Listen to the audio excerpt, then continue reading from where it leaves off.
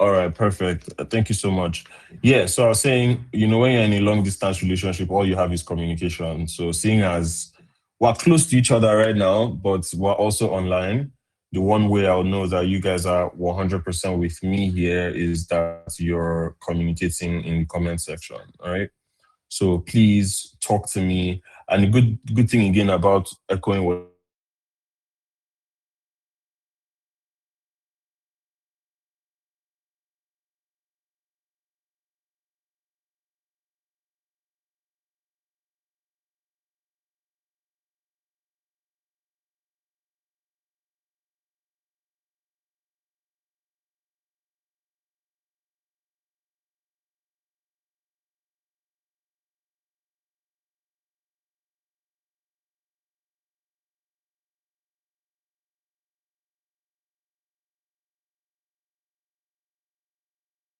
you can actually your questions. But at the end of this class, the goal for me is that you will have a clear path to what could be success for you as a creator this year, not something you want to do next month, not something you want to do next year, but I want it to be that from this evening or whatever the time of day is, wherever you are, you can actually start applying things immediately. I don't want it to take too long.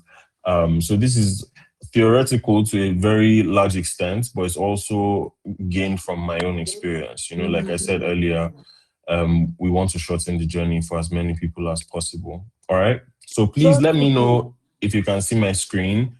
There's a screen that says the Creator Masterclass. Let me know that you can see my screen. Okay. We can't Also, see I think I would like to your screen, yeah. I would like to also just congratulate all of you for being here because this is a Friday evening. You could be anywhere else. You could be partying, you could be at a wedding, you could be getting ready. I think some people are still going to go party after this class, yeah. But you decided to be here. So I just want to congratulate you for that you chose yourself. You decided that I want to invest in myself. You know what made me realize? Immediately I said, can you see my screen? And it felt like a Monday morning, but this is a Friday evening. But we're here doing, can you see my screen? So congrats to you on being here. All right, let's jump right into it. First of all, I like to start all my classes by just telling my story because a lot of the things I teach, people think, sometimes people will ask me on social media, like, are you in my head? How do you know what I'm experiencing? And I always like to tell them the reason why I know is because these are things I experienced too. So when I tell you to start with what you have, for example, when I tell creators you need to start with what you have, it's not because I don't understand. I'm not just giving advice. I started with what I had. When I first started making content, all my content was in black and white. And a lot of people thought it was something I did as, to like define my style. But that's not what it was. I started with a very cheap phone. I learned how to edit on YouTube, but when I would edit, my videos did not look like the ones I was seeing on YouTube. So I always felt like, what am I doing wrong? And I realized I didn't do anything wrong. I just had a terrible phone that was not optimized for video creation. So I came up with a smart idea to reduce saturation to zero. And the moment I reduced saturation to zero, my videos were black and white and it hid all the flaws. So nobody could tell that I was wearing the same t-shirt in the same video. Maybe they could tell, I didn't care. And nobody could see the color of my walls or the color of my room or anything like that. So black and white was my way of hiding the flaws of what I was ashamed of so that it wouldn't stop me from creating.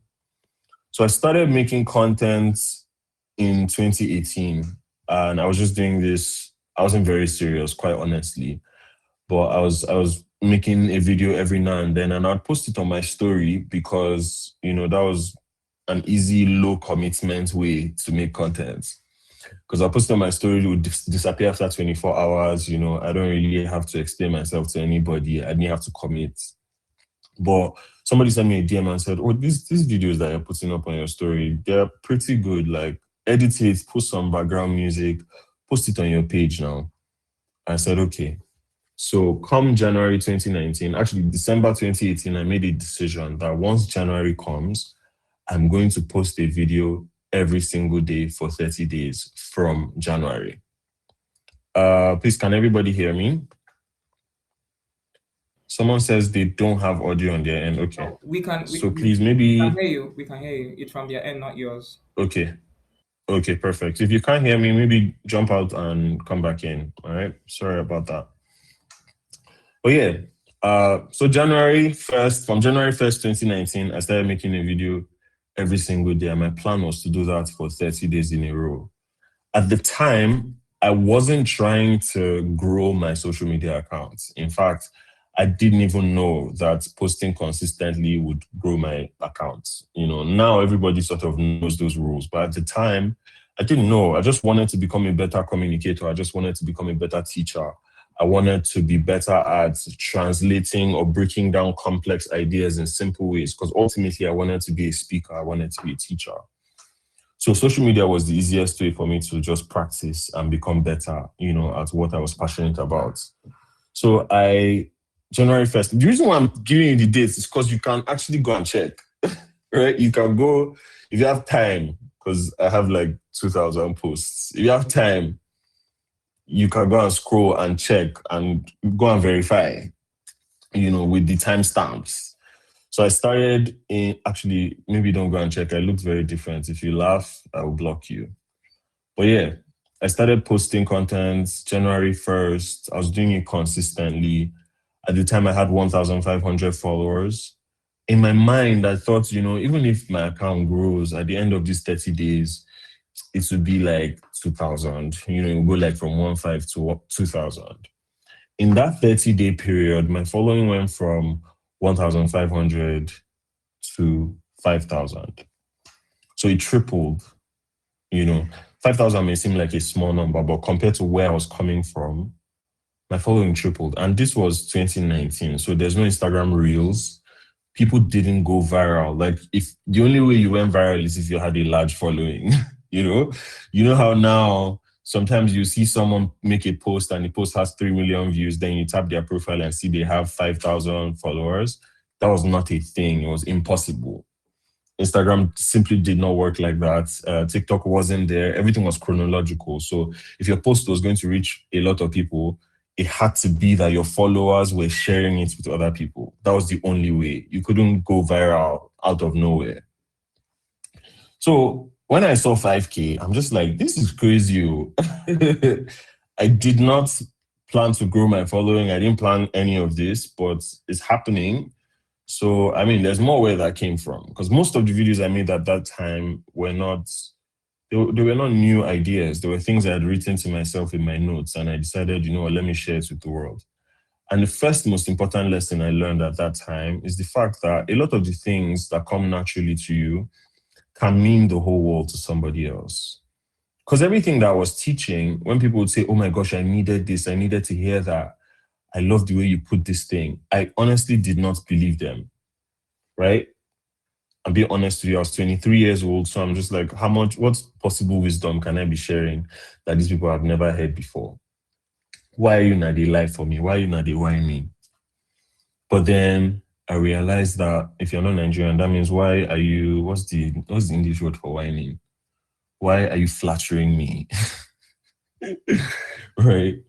And I was just like, why, I beg, everybody already knows this. But I didn't know that in a lot of ways, your life prepares you to service an audience in ways that you don't even know about. Do you understand? So a lot of the times, the things you overlook, the things you don't pay too much attention to because you've been doing it, everybody in your family does it, it's just basic. Anybody can do it now.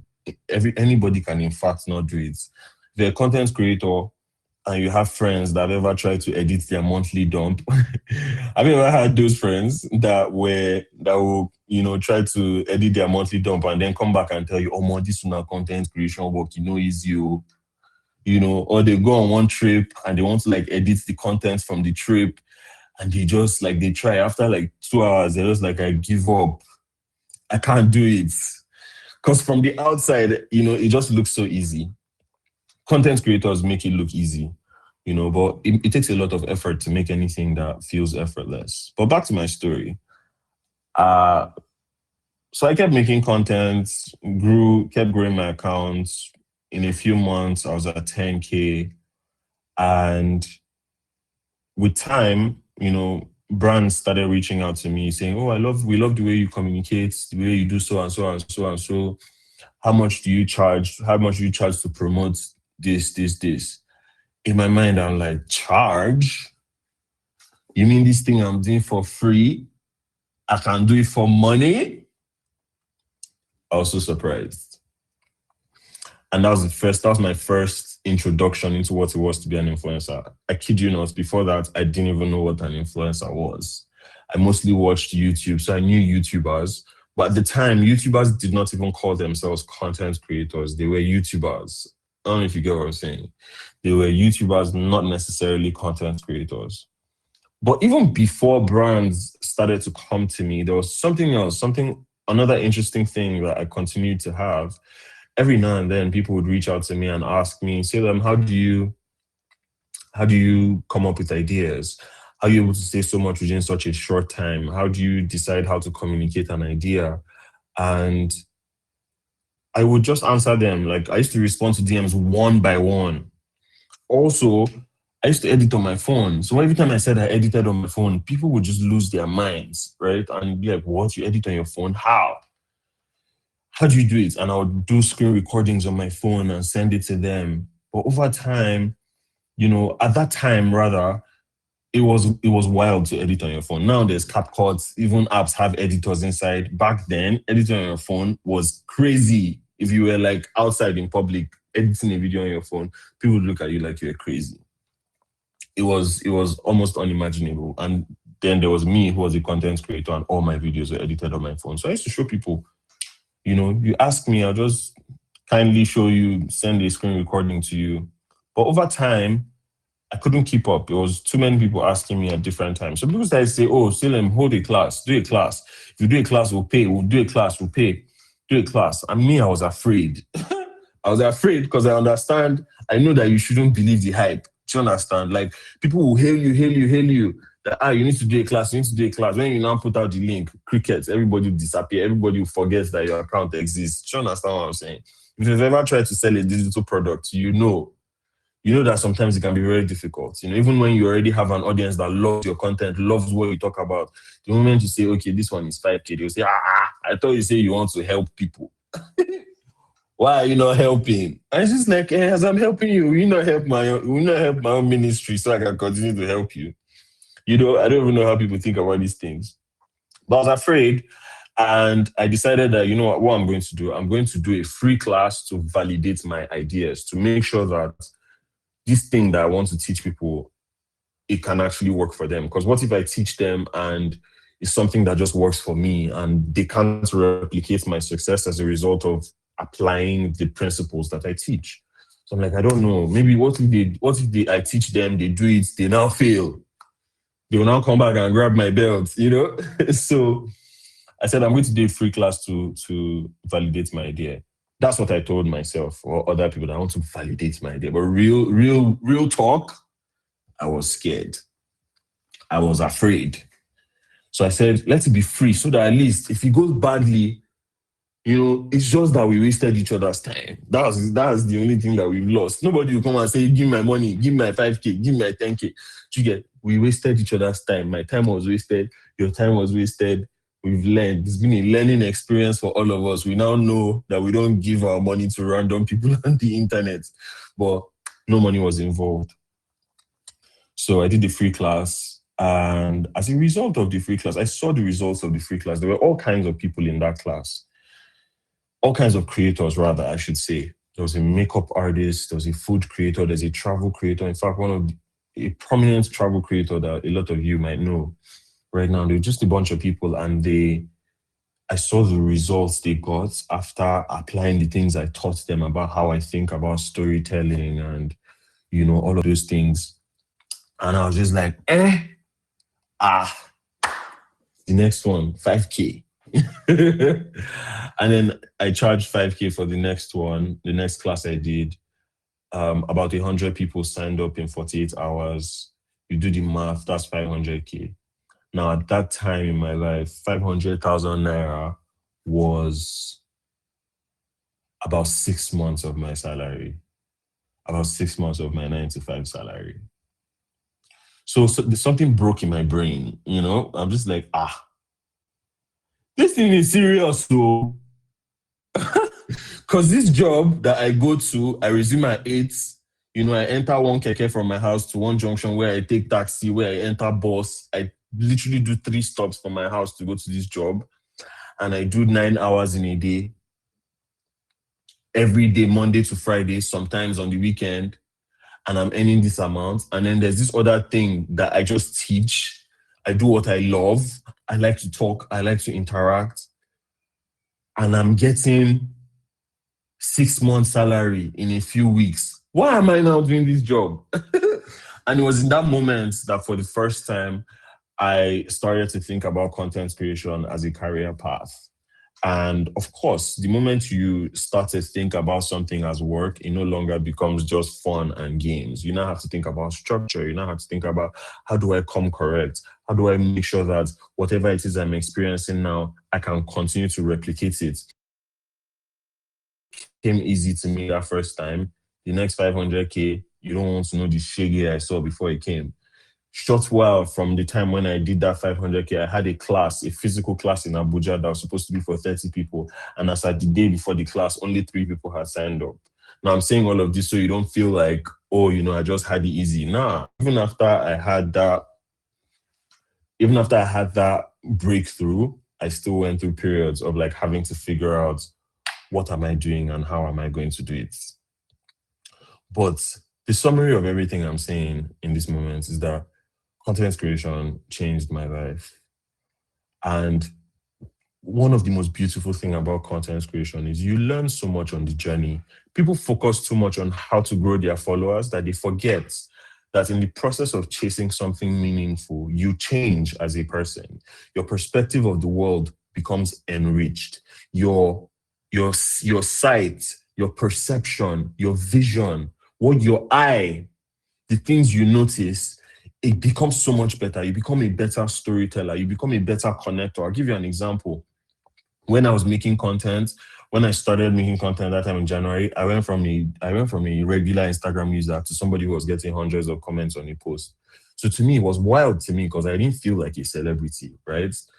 In fact, when people come to me and ask me for pictures, I didn't understand. I'm just like, I thought this is stuff they do with this kid then, and Timini and people that are on TV. Which one is, if you want to take a picture of me? I'm just some guy that makes videos on Instagram. Why do you want to take a picture with me? I didn't know this at the time. I just wanted to connect to people. Anyway, so what I'm trying to say, I used to respond to every single comment. I used to respond to every single comment. So because I was so grateful, like I said, I went from a regular person, regular user to somebody who was getting hundreds of comments on a post. I used to comment. If you went on my post and you saw 500 comments, 250 was from me. And at the time, I did not know that that was a community building strategy. I was just grateful. I was just grateful that, wow, you really took 60 seconds out of your day to watch my video. Wow, thank you. Thank you. And sometimes I would tap on the person's profile, and go through their and just see their name so I could respond in a more personal way. And years later, I would meet people in person and they'll be like, wow, I followed you. I've been following you for so many years. You replied my comments one time. I'm just like, I don't even remember who you are. But the fact that I responded to your comments like 2 years before, it just stayed with them. And those are the things that contributed to building my community. Of course, I went back in time to study all of these steps I took to build community, and I will share a small gift with you guys later at the end of this call, but let me not get ahead of myself. But yeah, that's my story. I kept doing this. I kept doing what I do. It changed me as a person. It changed my life. It improved my financial situation. It showed me all the ways that I could think about life as a business person. Because when I was graduating from school, I was so sure I was going to work in 9 to 5. I don't have a business bone in my body. Because every time I thought about business, I thought about somebody buying and selling, carrying goods. I already knew since I was a teenager that I'm never going to be able to do that in my life. But being a creator showed me that you can be a business person, you can be a social entrepreneur in a different way that doesn't involve buying and selling of physical things. And now I sell digital products that have sold thousands of copies of, sold courses, taught thousands of creators. All those ones are paid, though. It wasn't free again. I never did free again. This is happening because of the generosity of Coachli, So let's even thank them in the comment section. They are better than me. They're better than me. But yeah, that's my journey. And I want to talk to you in the next few minutes about how this can be you. How this can be you. How content creation can change your life. Now, we live in such miraculous times, and I use the word miraculous because I strongly believe it's such a miracle. 30 years ago, if you wanted to build a personal brand, right? You needed to be a rich person. You needed to be in the newspaper. You needed to be on TV. You needed to have a production budget. You needed to be a celebrity. Regular people like me and you did not even think about the concept of a personal brand. Before I even go there, let me ask you guys, do you know what a personal brand is? What are your thoughts on what a personal brand is? Just tell me in the comments. Have you heard about the term personal brand? I'm sure you have, because if people just throw it around anyhow now, personal brand, personal brand, personal brand, personal brand. I want us to define it before we even, we don't have a lot of time. I'm just going to define what a personal brand is.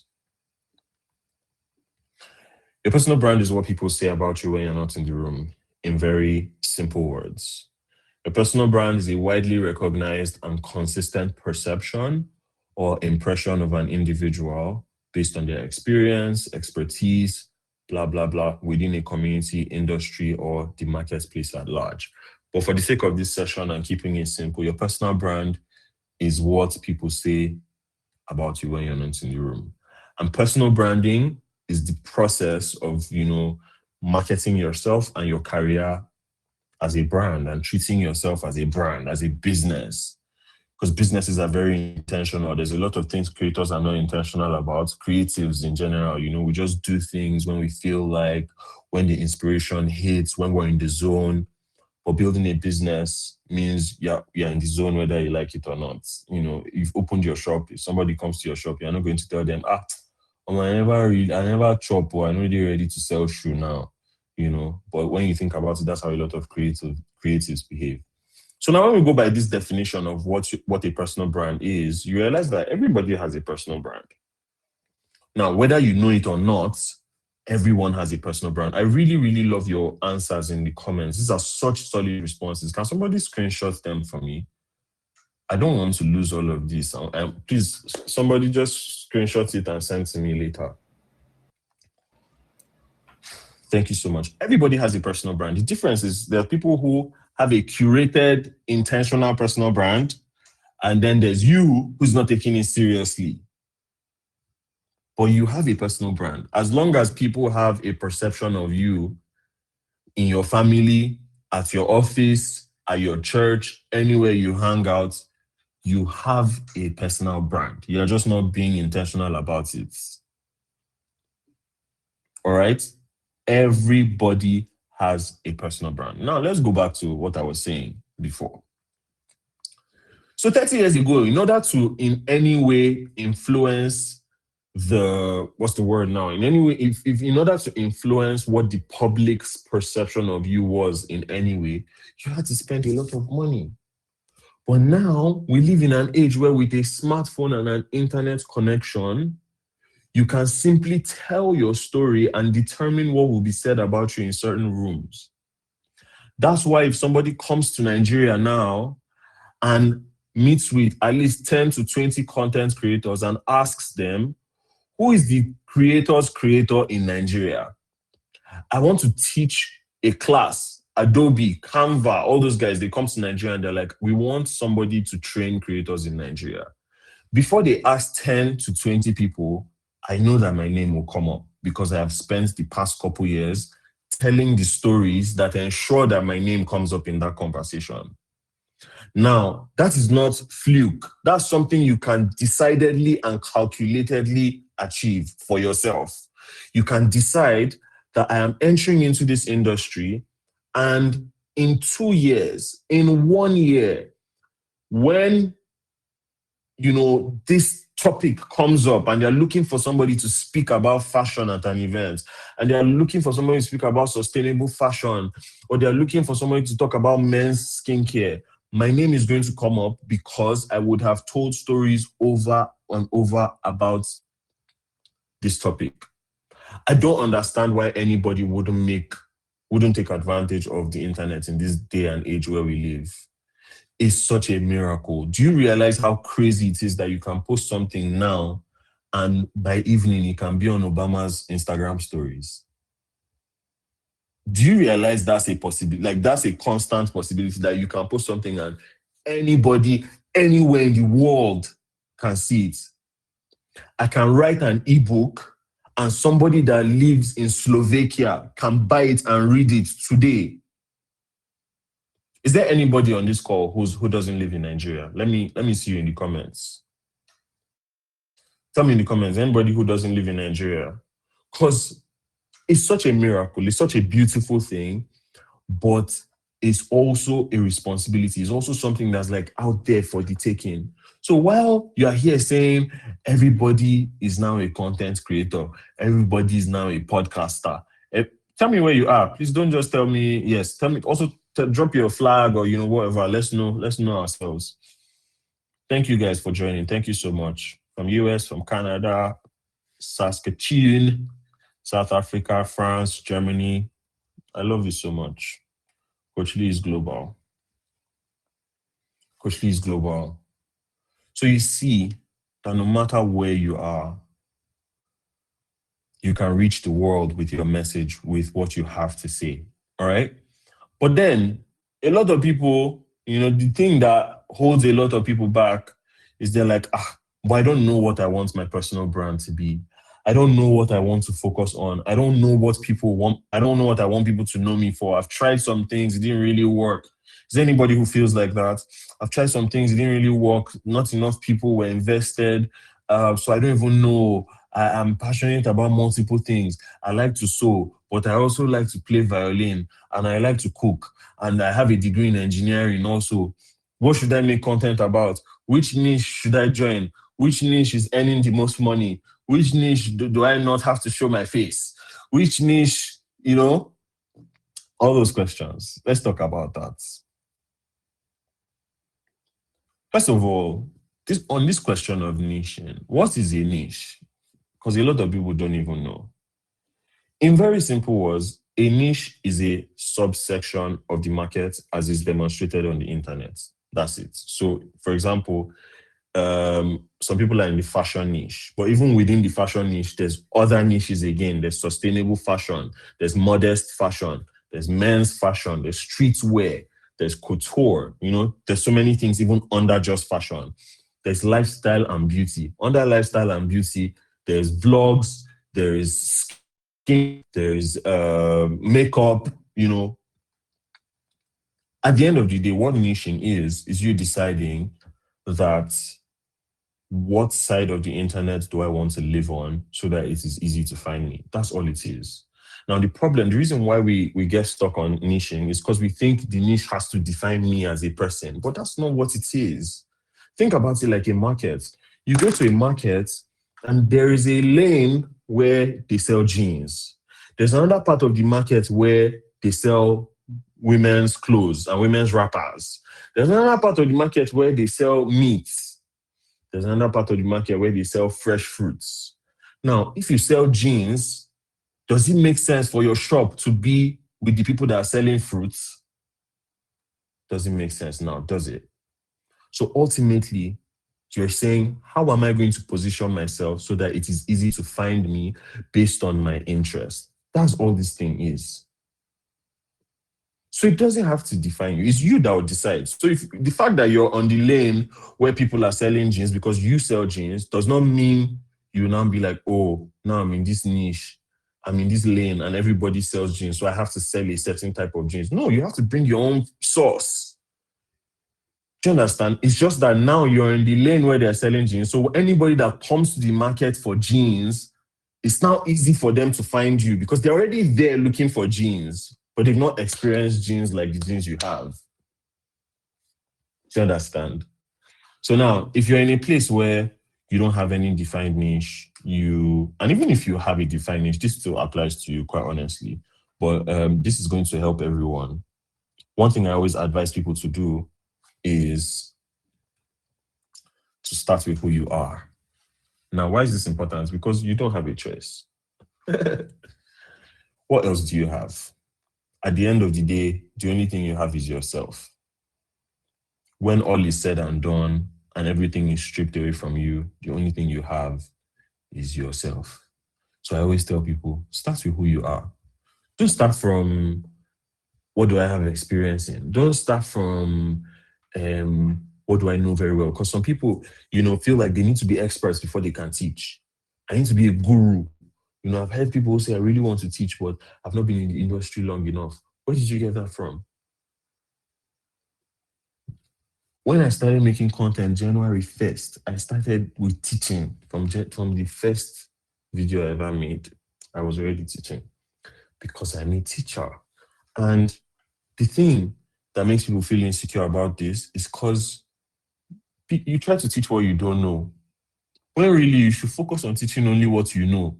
And when you teach what you know, what ends up happening? If you've only been doing it for 1 year and you feel like, I've only been doing this for 1 year, so I've not been around long enough, there's somebody who's been doing it for 1 month. And what you have to share is valuable to them. Of course, maybe they should be listening to people who have been doing it for 20 years, but there's something, again, the advice they share is out of touch. Of course, we can benefit from their experience and them being seasoned. However, there's a lot that is out of touch. So you that you've been there, you've not graduated so far, it's easier.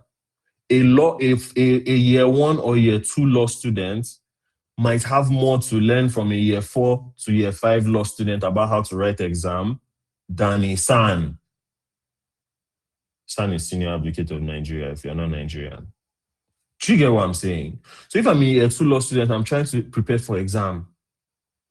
I'm asking SAN. SAN cannot help me. SAN is not in my school, even though he's a seasoned lawyer and he knows the law more than everybody. There are other things to learn from SAN. But if I'm trying to pass the exam, I would learn so much more from a year 4 student who's helping me. So some of you are that year 4 students and you feel like, I've not gotten to the pinnacle. I've not even gone to law school yet, so I don't have anything to teach anyone. That couldn't be further from the truth. Start with who you are. Start with who you are. And why should you start with who you are? Because you are one of a kind. And this is something that I say a lot, or this is something we've heard a lot rather. And it always comes like pseudo-motivational pop psychology stuff, like, one of a kind. What am I supposed to do with that? And for some of you, maybe the last time you heard it was from, your girlfriend, and I'm part. So it's even triggering to you when somebody says you're one of a kind. You're like, get out of my face. But I want to prove to you in the next couple minutes that this isn't just motivational stuff. You actually are one of a kind. And let me prove it to you. Now, there are 5 factors that no 2 people on the face of the earth have the same combination of. These are fundamental factors in the makeup of everybody's life and history, and no 2 people have the same combination of these 5 factors. These are the things that make you unique, and I'll explain them one after the other. One is exposure. Tell me that you're me in the comments. I'm seeing the comments not moving like it was moving before. One is exposure. What that means, exposure is everything that you have been exposed to as a result of the circumstances of your life. Thank you, guys. Thank you for reaffirming that you are with me. Everything that you have been exposed to as a result of the circumstances of your life. So that means if, for example, part of the circumstances of your life is the house you grew up in, your parents. So if your mom was a businesswoman, you had a very different exposure, different set of circumstances from if your mom is a banker, right? Your mom is a nurse, you had a very different life from if your mom is a teacher. Same thing. Your dad was a soldier. You probably grew up in the barracks. Your parents were diplomats. Maybe you did primary school in Togo. Then in primary three, your parents now moved to Zimbabwe. Then when it was time for secondary school, you now moved to Japan. So even though at the time when you were 14 years old, you could speak Japanese, you could speak Swahili, and you could speak French, just not because anybody taught you, but just because of what you were exposed to. Right? For some of you, it's where you grew up. Like the fact that you grew up in Kaduna, like I have a friend who grew up in Kaduna and he's Igbo. But if when he talks, you would swear he's a northerner, especially because he also speaks better Hausa than Igbo. Doesn't even speak any Igbo, in fact. But if he speaks Hausa, it's the best Hausa you've ever heard.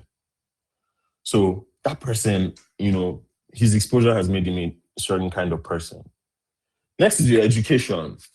Education means everything that contributes to the amount of information you have about the world, about yourself, about any subject matter, including school, but not limited to school, including a session like this. I believe that this is adding to what would make up your education. Someone in the chat says they can't hear me. Please, can you all confirm if you can hear me? Yes. That would make up your education. Okay, thank you so much.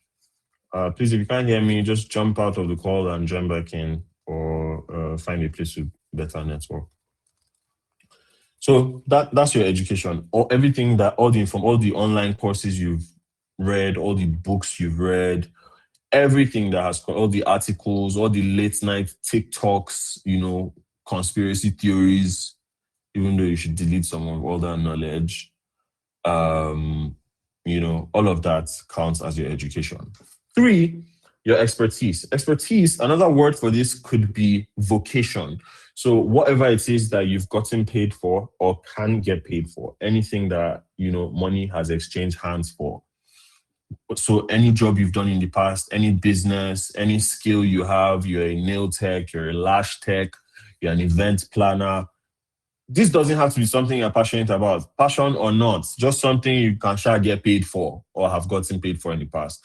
That makes up your expertise.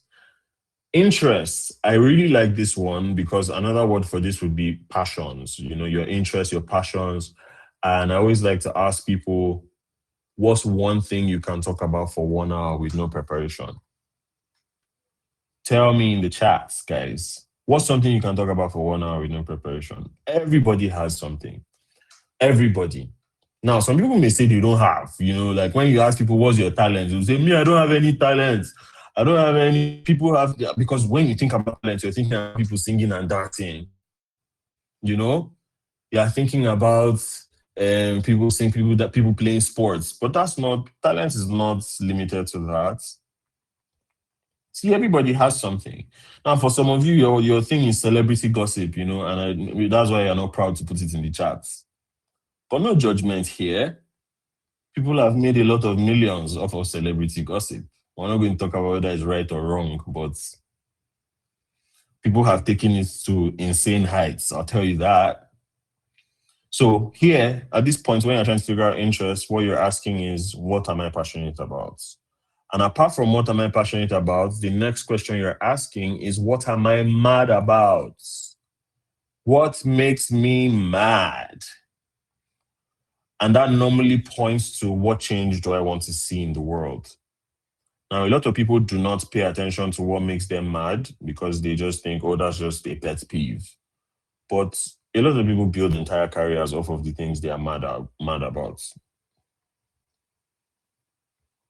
A lot of people have built businesses because they needed solutions and couldn't find them, so they created them. Can you confirm that that's true? It is true. I've seen some people, there's a YouTube channel I'm a huge fan of, Neptune 3 Studios. They wanted to watch a certain kind of films. They wanted to watch like Disney type films, and they just there just wasn't that coming out from this part of the world. So they went and they made it. They made a series that was for young adults with kids playing guitar and singing and all of that. That's not you would think that's stuff that Nigerians don't normally like. But they made it from a point of we want to watch stuff like this. Nobody's making it. We're going to make it. Right? So a lot of times the things that you're mad about can be huge pointers to what it is you should be focusing on, what you should be giving your energy, or at least just what you're passionate about. All right? Salem's voice coming. I don't know what you're talking about. I just said I'm a fan of Neptune 3 Studios. Finally, experiences. Experience this is the most dynamic of them all, right? This is the most interesting one because two people can have the same encounter and have two very different experiences of the same thing. Have you experienced it before? So, like my closest friend likes football. I can't stand it. It makes me want to run mad. The only way I can watch football is if they are scoring every minute. But the one that waits, they'll miss goals. They'll miss. How you be playing with my heart like that? But this is one of my closest persons. But two of us cannot sit down and watch football. It's the same way two people can watch a movie. One person is just like, wow, that was an amazing film. Oh my God, I need to bring all my friends to come and watch it. And then the second person who watched the same film at the same time is like, that's 2 hours of my time I will never get back. That movie was trash. You know what's crazy? I've had that experience sometimes with my wife, where we will sit down and watch the same film, and she's just like, wow, mad. I mean, I'm just like, ugh. Sometimes it's the other way around. She's like, this is so bad because she's a filmmaker, so she's able to point out different things like, oh, this is what they didn't do. There's a plot hole. They didn't close this gap in the story. I'm just like, that was pure entertainment. That's what I'm here for. I loved it. Is there anybody who's a firstborn here? Is there anybody who's a firstborn? Tell me in the chats. All of us that are firstborns, may God meet us at the point of our need, in Jesus' name. May God meet all our needs. So I'm the firstborn in my family. If you ask me about my dad, I have a lot of amazing things to say because he was a wonderful, wonderful father. But if you ask me and you ask our lastborn, now for context, our lastborn is 10 years. I'm 10 years older than her. If you ask our lastborn, you think we're talking about two different people. Right? Her description of the man is not the same as my description of the man because it's not the same person that parented us. He is a different person. He's a different person. I'm not going to elaborate, but every firstborn understands what I'm saying. Especially because you, as the firstborn, they used you to learn work. You were the guinea pig. They used to do parenting 101. Is you they used to learn how to parent the wrong way. Do you get? You know how they say when you fail, you haven't failed. You've learned 99 ways not to do it. That was your childhood. That was your childhood. It was you they used to learn how not to parent, so they could then correct it with others. So when you put all of these 5 factors together, exposure, education, expertise, interest, experiences, this gives you a unique perspective of the world that nobody else has but you. So whatever it is that you want to touch, whether you want to talk about football, because you are talking about it, having dug deep into all of these aspects of yourself, you are talking about it from a point of view that nobody else can. So it's the same topic we're talking about, but because you are not me, you cannot talk about it in the same way that I can. I respect a lot of creators who teach other creators, right? But if this event was one where we had 10 different speakers talking about the same topic, you would learn something from each of them. You would learn something from each other. Because, for example, now I've just given you an example of me being the firstborn. If somebody who is a lastborn wants to explain the same thing, they're explaining it from a different perspective. Somebody who's a woman explains it from a different perspective. Someone who is 21 years old explains it from a different perspective. So every time someone feels like, oh, I don't know what needs to be in, I don't know how to start, I don't know how to explain myself, I feel like nobody would like it, is because you've not dug deep enough into who you are and your 5 factors. This is what sets you apart from the rest of the world. This is what makes you one of a kind. Right? So as you go into your journey of wanting to be, of being a creator this year, the question you should be asking yourself is not, how do I get more followers?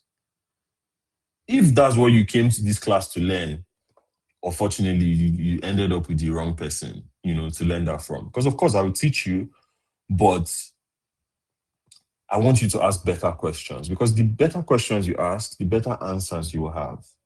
Sometimes the problems you have do not need solutions. It needs reframing. So you need to change the way you're looking at the problem, not to get a solution for it. So the question you should be asking yourself is, how do I become a person worth following? A person worth following is interesting.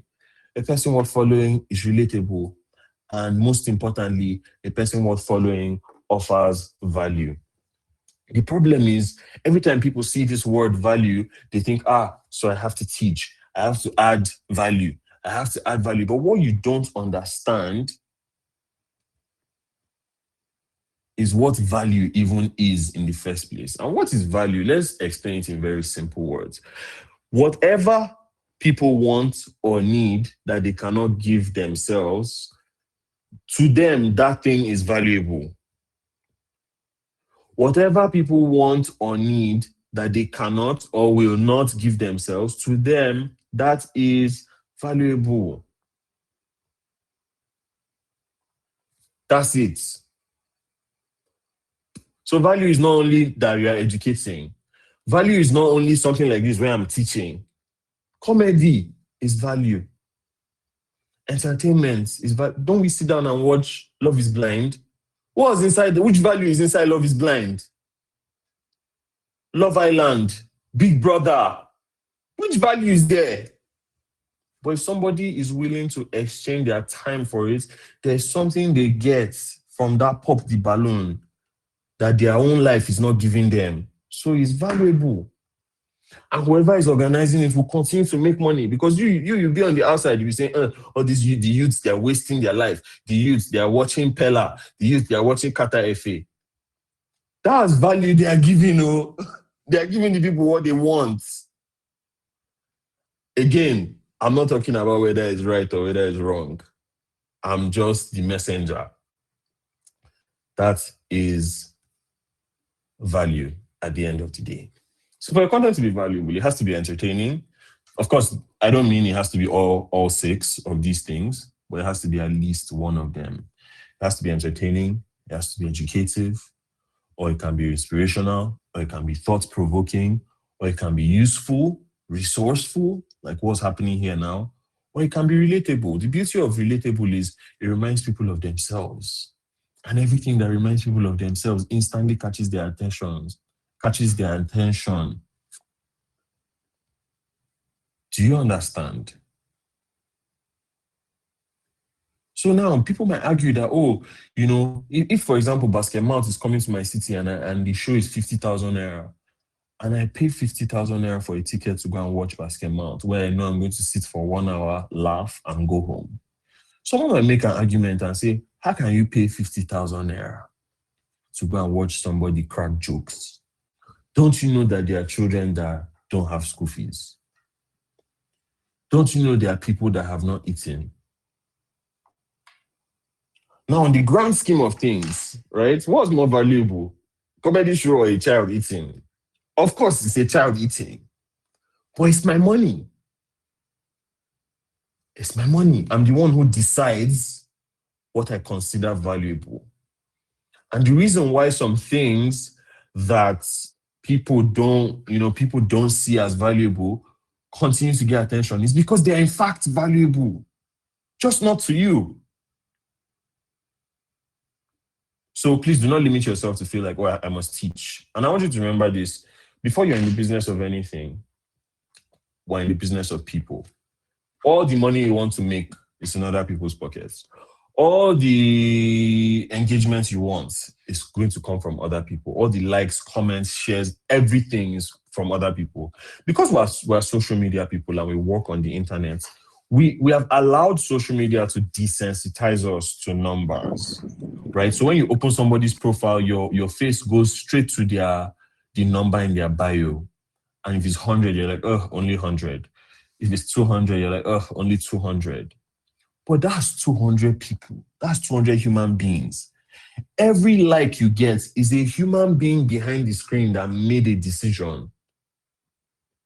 It's not just a metric. It's somebody that made a decision, because that's the same way they've made the decision not to like your post sometimes. You know? So do not allow social media to desensitize you to the fact that you're in the business of people. In order to, take what you have, we need to rush through this. In order to take the value and give it to an audience, a lot of people just believe because I have the value, so the audience must listen. That couldn't be further from the truth.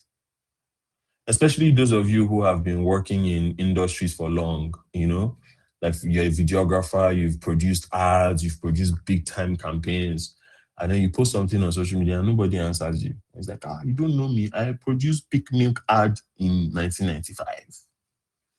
But nobody cares. Nobody cares. Social media is a different world. You need to build your KLT factor. What this means is people need to know you, people need to like you, and people need to trust you. And that's something you need to build intentionally. The way to get them to know you is to get to know them. So one of the things that I was doing early, that I had to go and study this and learn it. But at the time, when I was replying people's comments out of gratitude, that was building something. I was building my KLT factor. I didn't know at the time that that's what I was doing. But now you don't need to learn from trial and error. I am telling you, I'm giving you the free game. You need to get to know them. You need to tell them about yourself. You need to open up, of course, to the extent that you're willing to reveal. And to get them to like you, you need to treat them well. At the beginning of this call, I told you guys that when you're in a long distance relationship, all you have is communication. And some of you, you may have immediately thought about a romantic relationship. But I do think about this session as some form of a relationship. I don't believe that our connection ends here. Do you get what I'm saying? In fact, some of you are only on this call because I'm the one here, because of a previous connection we have built through a post you've seen in the past, a DM, a question, a response, something. And that's why you're here. And for some of you who this is your first time, this is only the beginning of what will become a blooming connection over the years. So in order to get people to like you, treat them well. You need to genuinely care. Find common ground with them, share your story, and be selectively vulnerable. And in order to build trust, you need to be yourself, be authentic. I don't like to tell people to be authentic because it feels very performative. Because I feel like if you're being authentic, then you're playing a part, right? So you're just, it's either you're authentic or you're not, period. But you should be transparent and be consistent. What consistency allows you to do is to keep the promise that your personal brand makes over and over and over again. Remember I said your personal brand is what people say about you in the room?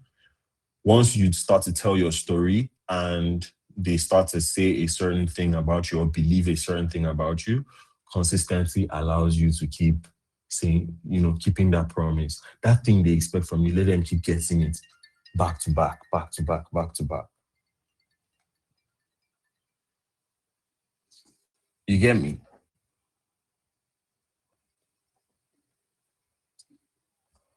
All right.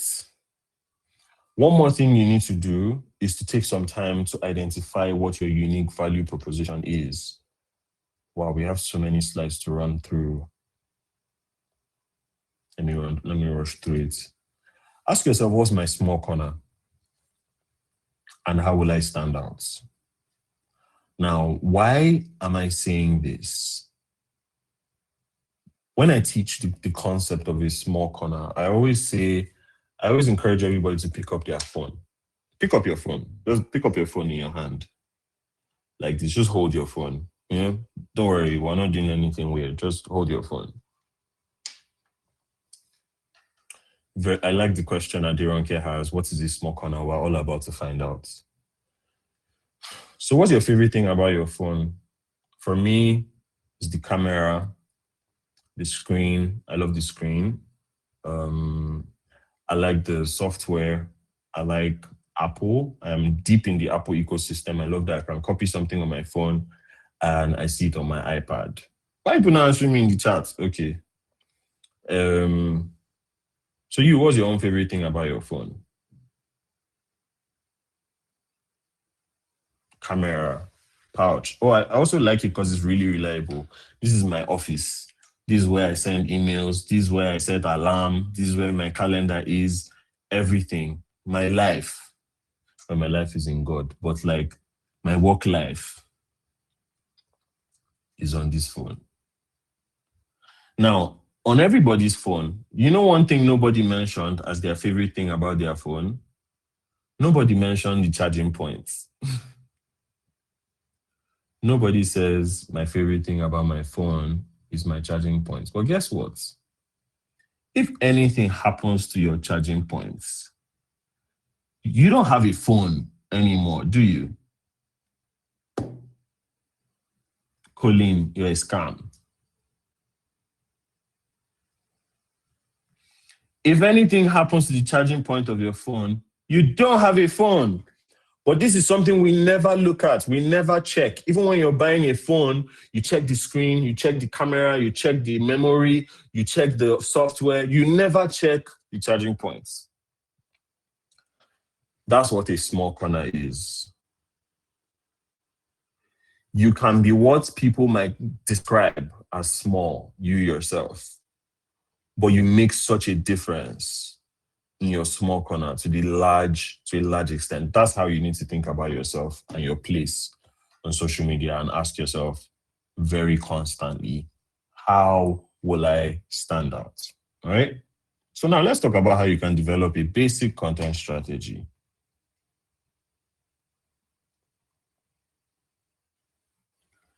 Let's talk about how you can develop a basic content strategy. I love this topic because, people talk about charging points.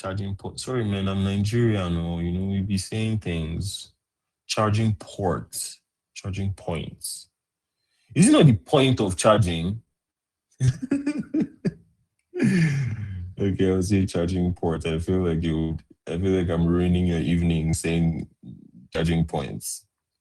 Let's talk about how to develop a basic content strategy, right? In very, very simple words. One that you can start working on as soon as this evening, all right? First of all, let's define what's content strategy. The purpose of a content strategy is to create meaningful, relatable, engaging, and memorable contents. Content strategy is about identifying your uncommon value and communicating it successfully to the right audience in a way they actually want to listen to and is likely to move them in the direction of your desired result. What that means, in very simple words, is that you need to make content not just for the sake of making content. It's like, as I'm making content, what do I want this content to achieve? You need to be clear on that. Because when you come on social media without a plan, it's like going into the ocean without a boat. It's the water that will determine where you go. Do you get? It's not you. When you go into the ocean in a boat, there's a captain, there's a crew, there are tickets. You know where you're going. When you go into the ocean without a plan, even though you know where you're going, it's not you that will decide again. The ocean is going to be like, look at me. I'm the captain now. And you learn. All right. So let's talk about how to develop a basic content strategy. First step, determine your target audience. Now, every time I always tell people this is not something you discover, because some people teach that you discover your target audience. I don't agree. I'm not of that school of thought. I believe it's something you determine, you decide. You're the one that will decide. And people don't like to decide because they feel like, but what if I want to do something different later? You can change your mind. You can change your mind. You can wake up one day and decide, I do not want to reach out to this audience anymore. I want to attract a new audience and begin to move in that direction. So you decide, you determine. You don't say, oh, I discover, like, it's something that's out there that maybe one day I'll find out, like waiting for the one or something. That's not what this is. You decide, you take the reins, decide who's my ideal customer, who's my ideal follower. Who's my ideal community member. If you're having trouble figuring out what this is, think about yourself going to a wedding. The moment you go into a wedding, you know the table you want to sit at based on who is there. You know the people you want to hang around with. You know the cousin you don't want to be left alone with because they know how to talk rubbish. You know the uncle that you don't want to be sitting close to because they will tell you are now fat. Do you understand? You know the auntie that you want to be very far from because she'll ask you, when is your own marriage? So you know your people, you know the cool cousins that you know that, oh, these people are going to bring the energy, these people are going to bring the, whatever you need to party properly. These are the people I want to be around. So I hope that simplifies it for you in determining your target audience. Next step is you want to identify their problems and their frustrations. And at this point, I'm not saying you should identify the problems so that you can solve them. I'm saying you need to understand the problems so that you can understand the person. Because the one thing everybody is constantly thinking about is their problems. Everybody, all of us, everybody. Recently, I've learned not to care what anybody else is doing. I started going to the gym recently. I missed the road, ended up at the gym, and I was feeling shy and self-conscious because I was carrying small weights because I'm a beginner. So of course you don't start with big weights, you enjoy yourself. So I started with small weights and I was feeling self-conscious, like, see all these men, my age mates, even younger than me, see this stuff they are pushing, all their arms are big. I mean, I'm doing small weights. But after I've been consistent for like 2 months now. And at some point I just realized nobody cares. Like everybody is so engrossed in the weight they are carrying and making sure the weight doesn't land on their head that they don't even care about your small weight is the last thing on everybody's mind. They're just like, you two don't die, because me too, I'm trying not to die. Do you get? So everybody's always absorbed with their own problems. We are all selfish. Everybody's inherently selfish. In fact, if you're listening to this and you're like, oh, I'm not inherently selfish, I have the Holy Spirit in me. Let me prove to you that you're inherently selfish. When you take a group picture, who do you look for first in the picture? Who do you look for first in the picture? And when you look at the picture and you're like, I'm not finding the picture, delete it. You don't even care that there's 17 other people in the picture and they all look amazing. But you, because you were talking, your mouth was open in the picture. And I say, I don't look good, delete it. Delete the picture. Delete the picture. Everybody's inherently selfish. So in order to meet people where they are, you need to be thinking about their problems. You need to be thinking about their problems deeply. Why is this important? Because you are only as important, you are only as valuable as your understanding of the problems you seek to solve. This is the difference between everybody that gets paid the big bucks and everybody else. The reason why every video you've ever seen online that made you feel like, wow, is this person in my head? How do they know exactly what I'm experiencing? They have done a version of this work. They have a version of this strategy. They understand their audience. They understand the problems their audience has. So they're able to speak to it in such a precise way. They also understand that if one person has a problem, 7 people have the same problem. If 7 people have the same problem, 1,000 people have the same problem. So now after you've determined the target audience and you've identified problems and frustration, the next step would be to find a bridge. Align your brand goals with already existing problems. So at this point of finding a bridge, what you're doing is you're thinking, what are the problems that I know that people in my audience have?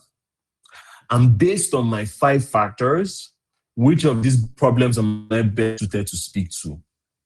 Gonna say that again. So you're asking yourself, I now understand these people's problems. I now know what they're thinking about. Let's say your target audience is students. I now know that okay, when students who go to private universities wake up in the morning, this is what they're worried about. Students in public school, when they wake up in the morning, this is what they're talking about. This is what they're worried about. When they go to class, this is what they are thinking. When they are studying for exams, this is what they are thinking. So me, based on my exposure, my education, my expertise, my interests, my experience, which of these problems am I best suited to speak to? And when I'm speaking to them, am I going to be offering solutions? Am I going to be offering a remedy? Am I going to be offering am I going to be offering education? Am I going to be offering entertainment? Because there are people who take problems that are relatable to everyone, like Justin Yuji, and makes videos about the things we all experienced in boarding school. Am I going to approach it from an inspirational perspective?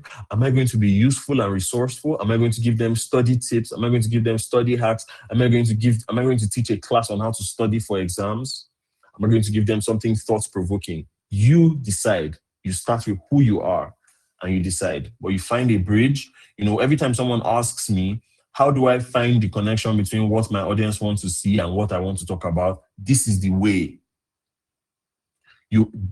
You study your audience, understand them well, study your 5 factors, understand it well, and find the topics that overlap, find the themes that overlap, find the different subject matters that overlap, and then you have what you need to be talking about. All right. Now, this is the final topic, which is always my favorite, but we're gonna have to rush through it so that we don't sleep here this night. I know some of you still want to go to club. Let's talk about how to communicate in ways people want to listen to. Because it's not enough to have everything right. You can communicate and nobody wants to listen. What are you going to do? Are you going to beat them? Are you going to force it down their throats? So let's talk about how you can communicate in ways that your audience wants to listen to. This is a framework I've been teaching. I think Godwin already knows this because I've been teaching this for years, forever. I like to call it the REMP framework. And what this is in order for you to communicate in ways that people listen to, your content has to be relatable, easily applicable, memorable, and portable. And I call it REMP so you can easily remember. Just think about REM, change, and add P, and you remember. I hope that helps.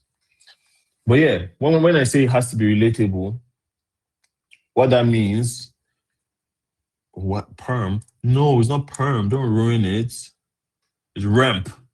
But maybe it should be perm, actually. I might steal that. But please don't come and drag me later and say I stole your intellectual property. It's my intellectual property. You just remixed it. But yeah, your content has to be relatable. Relatable means that people need to be able to see themselves in your story. That means once people see what you're talking about, it should make them think about themselves, not about you. One of the things a lot of creators get so wrong is they start pieces of content thinking about themselves. The problem is nobody cares about you. I'm being serious. Like even your community members who really love you and root for you, they do it because there's something you are giving them. There's something that supporting you is doing for them in their hearts. That's why they do it. It's not for the love of you. They don't know you're not their family member. Do you understand? At least not literally. So whatever content you want to put out, it has to be relatable. People need to be able to see themselves in the story. 2, it has to be easily applicable. What does this mean? Oh, you care about me. Oh, this is very difficult because I'm trying to teach the literal opposite of what you're saying. This is not helpful right now. Let's talk about it later. It has to be easily applicable. What this means is people shouldn't have to burn mental calories to understand what you're talking about. People should not, it shouldn't be difficult for them to figure out how it applies to them and how they can use what you're saying immediately. It shouldn't be difficult. Do you get? You don't want to be one of those people who people listen to and they're like, wow, that girl is so smart. Wow, she's so articulate, so eloquent. I don't even know what she was talking about, but Kai, she can so eloquent. It should be more important to you to be understood than to be admired. Right? So it should be easily applicable. Next is memorable. Memorable and easily applicable, they go hand in hand. If it's not easy to apply, it's not going to be easy to remember. If it's not easy to remember, it's not going to be easy to apply. There's a reason most of us don't remember half the formulas we learned in secondary school because we've not applied it. And if you don't apply it, you will not remember. And if you don't remember, you will not apply it. So they go hand in hand. And finally, portable, not the musician. God, please. What that means, in very simple words, is if it can be shorter, make it shorter. And that's not me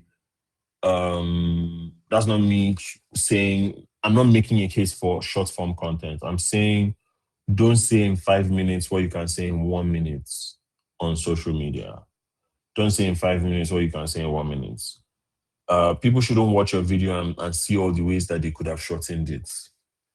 Do you get me? So people, because I mean, I'm saying this. Sometimes I watch a video on social media and it's 2 minutes long and I can't get through it. But I watch podcasts that are 2 hours long, even 3 hours, and I watch the whole thing because I finished watching the 3 hour video and I'm like, yeah, this had to be 3 hours for it to be as valuable as it was. I can't think of anything I would take out. Do you understand? So that's the feeling you want to communicate. Let people feel like you have respected their time, basically. All right? So that's it. Portable.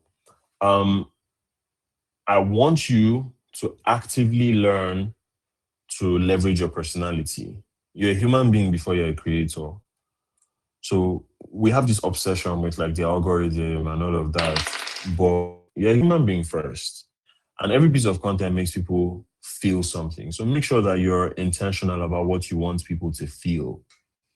Me, when I make pieces of content, I want creators, people who are already creators, and I want creators to feel empowered. I want creators to feel like they're the most important people in the world and the message they have needs to be shared. I want them to perceive the urgency of how important their work is.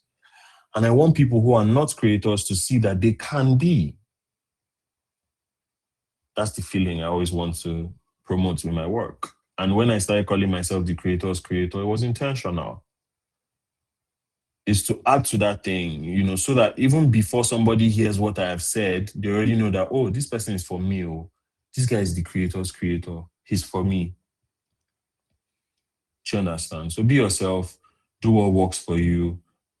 Think what would I sometimes, after all these things we've talked about, like strategy, sometimes ask yourself, what would I be doing if there was no audience? That part of yourself is what you need to allow to flow into your content, to not try to be like anybody else, to lean into who you are as a person, because the quality of your content will attract people, but it's your personality ultimately that makes them stay. Don't take the person out of the personal brand. That's what some people do. They are so intentional about the personal brand, that at some point there's no person anymore. It's just brand. My niche is in creator education, but I find that my audience loves my monthly dumps. It makes no sense, right? Especially because I'm not someone who's sharing a lot of my personal life online. Like that's not what my content is about. But my audience will wait for 2 months and be asking me that I've not posted. Like right now, I've not posted my January dump. I didn't post my December dump till like last week or so, and everybody's always asking me for my dump to just see the boring things I've been doing in my boring life. because the quality of your content will attract people, but it's who you are as a human being that ultimately makes them stay. Um, we're running out of time, so I'm gonna skip one topic, but I want you to ask yourself, what do I want them to remember? If someone only had 30 seconds, 1 minute, 30 minutes on my page, what do I want them to remember? You know what? Let's not skip this. This is very important. Everybody, if you can do it now, do it. But if you can't, do it later. As we're doing all this work to create a content strategy and get people to, how to be a creator worth following, you need to make sure that everybody who lands on your page immediately sees you as someone worth following. And that involves you having a good bio. So what are the components of a good bio? One, a clear headshot. Some of you, your bio is a picture that has both your head and your feet inside. Please go and delete that thing. Let's be able to see your face in your bio. All right. Your profile picture should be a very clear picture of your face. It may not be super close up, but like we should be able to make out your face. And there's no reason why we should be seeing your feet. Your feet in your passport, your feet in your driver's license is some form of identification. Two, relevant keywords. So if, for example, you're a makeup artist in Abuja, your bio has to say makeup artist and Abuja, so that when people who are in Abuja want to work with you, they can easily search and find you. If you are a creator who teaches, who helps people with like their tax or something, those keywords need to be in your bio. Three, a short description that talks about what you do or who you are. Make sure that this short description also allows people to see themselves in what you are saying. Do you understand? So don't just write, I'm a superstar, or I small girl, big God, or, I don't even know the things people will be putting. But make sure you put something here that speaks to something that has to do with someone else. So my own says creators creator, which describes who I am, but the creator there, the first creator there shows that I'm here for you. So I'm not just a creator, I'm the creator's creator. So I've described who I am while also telling you that I am for you, you get. So of course I've changed my bio maybe 15 times in the past 6-7 years. So it won't be perfect first try, but you keep adjusting it. Make sure there's a call to action in your bio. Either you're directing people to a link, or you're telling them, send me a DM, or please let there be a call to action in your bio. Because there's always a percentage of people who visit your bio who want more from you than what is on your profile. So make sure you have a call to action.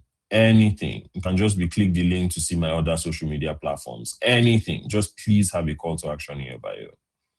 5-page category. This is not so necessary, but Instagram gives you, I don't think TikTok does, but Instagram sometimes gives you the option to pick a page category. Location or contact information. This is very important if you're a business owner or you have any physical location. I can't count the number of times I check a restaurant and there's no location, no contact information. That's just a waste of space. Link in bio, obviously. I don't think I need to go too deep into this. Then your pinned post. This is so important. What do you want people to see first when they come on your page? Pin those posts. So if there's a post you made before where you've done like an introduction, or you have a viral post you want to show off, or you have, whatever. Sometimes the viral post is not even what you want people to see, because sometimes the things that goes viral is stuff that you don't want people to know about you. You're just playing, having fun, and then it blew up. You don't have to pin your most viral posts, because sometimes that's not what you want to be known for. It's just something that randomly went viral. Pin what you want people to see first. All right. Instagram has like 3 posts you can pin to the feed and 3 posts on the stories. It can be the same post, or it can be, totally different posts. So you have 6 different posts pinned. 9, all of this has to convey your personality. Your headshot has to convey your personality. You check my Instagram bio, is my headshot, I'm smiling because I want to be welcoming, right? When I'm speaking at events, you notice that the picture I share for events is not, I'm not smiling, because that's not what I'm going to do at an event. But when people come to my social media profile, I want them to find me smiling. So even though, because even though I want them to know that even though I'm teaching, I'm a fun guy. So make sure all of these things convey your personality, the way in which you describe yourself, your call to action, rather than saying click here to join. It can be, oh, get more from me, join my inner circle, find me on the inside, something like that. Your call to action should be exciting. It should convey your personality and who you are. All right. So I thought it would do you a disservice if I skipped this part. So I wanted to come back. Yeah. I already talked about this. Okay, we're coming to the end of this in another few minutes. Uh, Everybody, please create a plan for how you will engage with your community beyond social media. Every time we do these classes for content creators, we focus so much on Instagram and TikTok and YouTube and the algorithm that we forget that social media is a means to an end. I'll say that again. Social media is a means to an end. It's not an end in itself. You need to be very, very clear on what it is you want social media to help you achieve. What is it you want to achieve in the world that you cannot achieve any other way except using social media, right? So start a newsletter. Substack is very simple. You can start using Substack for free. LinkedIn newsletter is also free. Get a website. Use Coachli. Bring it to real life, host live events, start a book club, host webinars, anything really to just bring. Please, everyone, make sure you're muted. Thank you. Oh, we're almost done. Now, if you forget everything I've said today, remember this: that before we're in the business of anything, we're in the business of people first. Whether it's bags you sell, or you sell shoes, or you're a coach, or you're a fitness enthusiast, whatever it is, we're in the business of people first. So everything you do should be driven toward people, toward making sure your audience is feeling seen, toward making sure your audience is feeling catered to, because without them, there is no you. All right?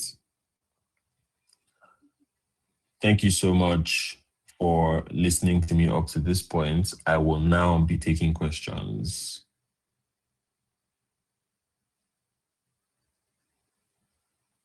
Hey guys, yeah, so just quickly, because I don't want to turn on my video anymore. You've all heard Salem. I'm sure you have questions. This is your opportunity to ask questions. So just type in the questions in the chat box, or you can type it in on the WhatsApp group, right? I'll just allow Salem have a breather for like a minute or two.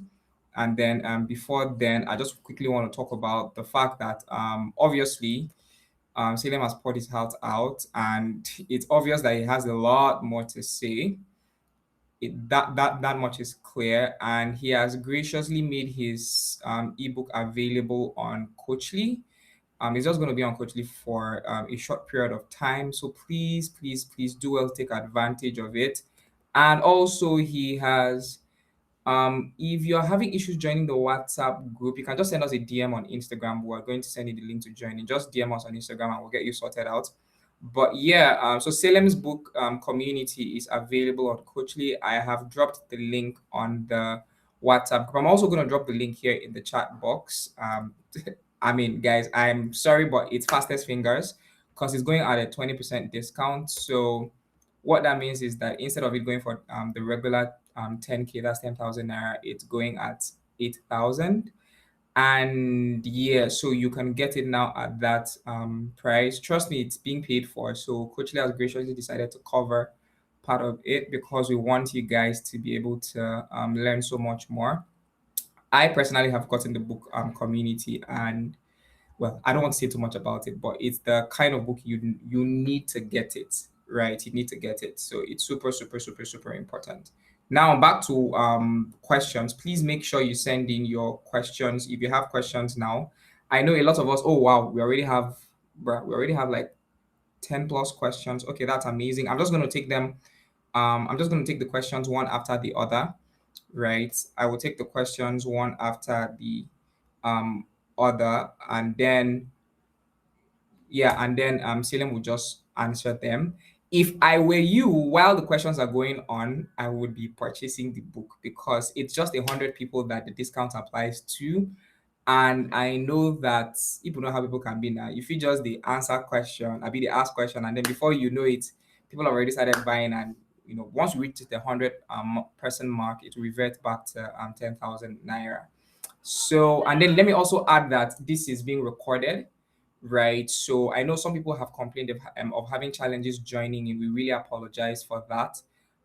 Yeah, but this is being recorded, so we would have it available on our YouTube channel by tomorrow latest. I mean, it should be available tonight, but latest by tomorrow you'll have the full recording. People were texting me while the session was going on, that this has been amazing, they've learned so much and all of that. So don't worry, you're going to have an opportunity to rewatch all of this for free. We're not paying, you don't have to pay for that. So quickly, yeah, let me run through the questions. They are a lot. Someone asked about how to maintain sustainability and relevance after a moment of virality. Oh, that's a good question. So your content went viral. How do you maintain sustainability and relevance even after something went viral?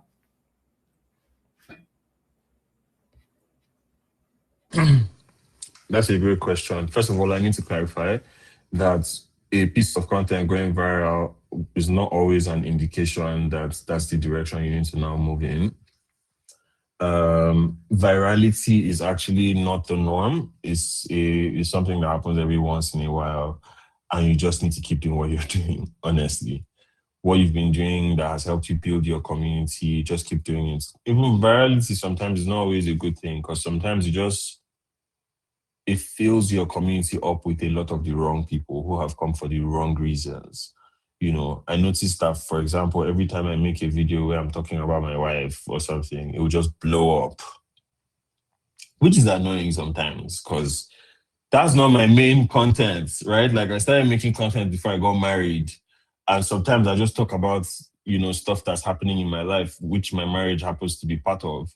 And then there's people who that's all they know me for now, even though I'm making content every day speaking to creators. And then once in a month or once in 2 months, I make something that says my wife and then it'll just blow up. And that's what some people know me for entirely. They don't even know about my hard work. Do you understand? So somebody might see that and think, oh, it's viral, but like I don't like it. I love my wife, but I don't like it. That's not what I worked hard for. Do you understand? That's not the personal brand I'm building. Because I'm not trying to be in reality TV or anything. But when even if you've gone viral, just keep doing what you do. Keep showing up. Keep whatever it is that you've become sure that this is what I'm supposed to focus on. Keep doing that. Whether the post goes viral, you need to move on. Whether the post doesn't go viral, you need to also move on. Yeah. Okay, Salem, thank you for that response. So someone has said if you have multiple interests, guys, we may not be able to take all the questions because there are a lot. I think we have over like 25 questions already. So I'll just be picking them at random. So if I skip your question, I'm very sorry. That's why you should get the book.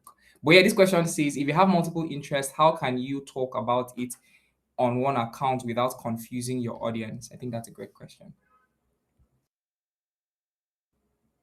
Salim, do you want me to take it again? Okay, yeah, you're muted by the way. So she asked, Please, can you take the question again? okay, cool. She said, if you have multiple interests, how can you talk about it on one account, that's one social media account, without confusing your audience? Um, so we live in a world that's not very forgiving of people who are not specialists, right? If I have a toothache and I go to the hospital, I don't want to see the general consultant. I want the dentist. If I want to design a website, I don't want like a graphic designer who sometimes does web design. I want a web designer. But human beings are not that simple, unfortunately. We're all multifaceted. However, a lot of the time, it's so much easier for people to trust you with something else when you've established yourself as being good at one thing. It's why we see, for example, that when musicians have a successful career as pop stars, it's easier for them to get into Hollywood and get roles that other people would normally have to audition for and strive for. Well, we've seen Rihanna in movies. We've seen Tyrese was started out as a musician. Ludacris was a musician. So many people, they're musicians first. The Rock was in WWE, and that gave him like puts his foot in the door, and now he's like one of the highest paid people in Hollywood. So a lot of the time, you need to allow people to know you for one thing, and because they now know you for that one thing, it makes it so much easier for you to diversify publicly. But in the meantime, you should still diversify behind the scenes, still chase all the things that make you happy. But you don't need to express all of them at the same time with the same amount of intensity. You get what I'm saying? So for me now, the majority of my posts will be talking to creators and empowering creators. And thank God we also have Creatorium now. So a lot of, excerpts of our episodes and stuff like that. But there's a part of me that also likes to talk about these things that crack me up, you know. So sometimes I'll make a random post about just something funny, but that's not my major content. And the funny thing is, sometimes those random nonsense videos I make end up going viral, even more viral than like my regular programming posts, so like my flagship posts. So I would just say be comfortable being known for one thing, or at least if two, three things that are closely related, and the ones that are like too far, put it on a different page or just leave it alone altogether and wait for when you've established a voice as one thing. Yeah. Okay, awesome response there. So someone is asking, Thomas is asking, Sophie, I've seen your question, by the way, so you don't need to spam us because you dropped the question over 10 times. So I'm gonna ask your question again. I'm gonna ask your question next, Sophie, but let me take Thomas's question first. He's asking, CLM, how do you charge clients? Like you're gaining traction for your work and people are reaching out. So how then do you begin to charge? Okay. You just start to charge. There's no ceremony. And it's a dance, quite honestly. Unfortunately, this is one of those questions that even after all my years of experience, I'm unable to answer in a very, oh, this is what you need to do, because it's such a dance. What I would say is decide that your work is valuable and that you deserve to get paid for it, and just start charging. I wasn't charging for, remember when I told you guys that when people would ask me for advice or how do I make content, I would just like respond to their DM and jump on calls. It wasn't until one time I jumped on a call with someone and she had questions for me. She had come correct. She had written down her questions and everything. And I was just answering her questions one after the other. I remember I was at my parents' house in my room, just pacing the floor, answering her questions, answering her questions. We talked for like 30 minutes. And then after the call, she was like, so thank you so much, Salem. That was wonderful. How much would that be? And I was confused. I'm like, how much would what be? Like, we just talked on the phone. She's like, eh? Then she said, she goes ahead. So she wasn't Nigerian. So she, her context was very different. She was going to school in the US, somewhere else. So she was like, everything you just gave me and the amount of clarity I got from this session, that costs money and I would pay for it. And you should definitely put a price on it. She said, I appreciate the fact that you're not taking any money, but like if you took money, I would pay money for that. And I didn't know. I didn't even know people were there who would take what I had to offer seriously. So just put a price. It's why I always tell, I believe every creator should have a digital product. Today, this week, everybody go and create a digital product. Pick a topic that you know better than everybody. Write about it. Write 20 pages, write 30 pages. Upload it on Coachli. And just put the link in your bio. Even if nobody buys it for 1 year, let it just be there. Because there will always be somebody who wants more value from you than what is available on your posts. And if you don't have any products, there's nothing for them to part with money for. Do you understand? So I always encourage people, create a digital product. Teach something, teach something for 1 hour, record it. Even if it's only 2 or 3 people that join the webinar, teach them with your whole heart, record it, sell the recording, So I understand your question, but honestly, you just start charging. That's it. You just start charging. And if you find out that you're overcharging, you reduce the price. You find out that you're undercharging, you increase the price. Sometimes the clients will reach out and you really want to work with them. The price doesn't make sense, but you're able to gauge different things and be like, okay, what's in it for me other than money? Maybe working with this person will give me experience. Maybe working with this person will allow me to be able to say I've worked with this big brand. There's some big brands I've worked with where they didn't pay me anything. But nobody's ever going to know. Because the way I'll talk about that work I did, you feel like they paid me dollars. So you need to ask yourself, what's in it for me other than money? And with time, you figure it out. You talk to people. You be in one influencer campaign where you negotiated and collected 50K, and then you talk to other people and find out that they gave all of them 500K, and it will break your heart, but you learn from it. You learn from it. You know that I should charge more. Or sometimes you learn that I'm charging myself out. I should charge less. You learn. Yeah, the process. Okay, awesome. Yeah. So Sophie, please you may need to rephrase your question. I'm struggling to understand what you mean by connect with yourself. But let me just ask another question here. We have like a whole lot of questions. Um, hmm. Someone is asking, and I think this question is something that covers both TikTok, Instagram, and multiple platforms. Someone is asking, please, is it okay to boost your TikTok followers? Not those kind of fake boosting or like using actual TikTok to boost followers. You can't use TikTok to boost your followers. Exactly. If you're You talking can about boost your boosting your content. post, exactly. That's a different thing altogether. Yeah, you can boost your content. So I have a rule though, like when it comes to boosting posts. I believe that the only posts that you should boost are posts that are organically doing well. Because sometimes you're a poor judge of what will do well, sometimes. So let it not be that you put up a post and you feel like, why is this not getting more engagement? Let me boost it so it has more engagement. Terrible way to go around boosting stuff. True.